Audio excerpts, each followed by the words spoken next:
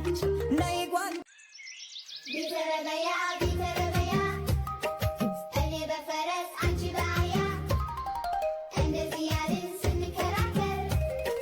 بولا بويزون قبان الهاجر تملكت نايقوان دنياي بزو سوالا منقدو لاي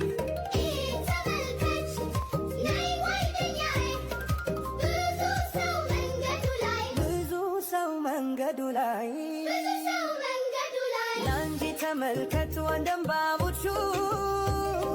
በቀለም ደምቋል ትልቅ ትንሹ በቀለም ደምቋል ትልቅ ኑ በትንሿ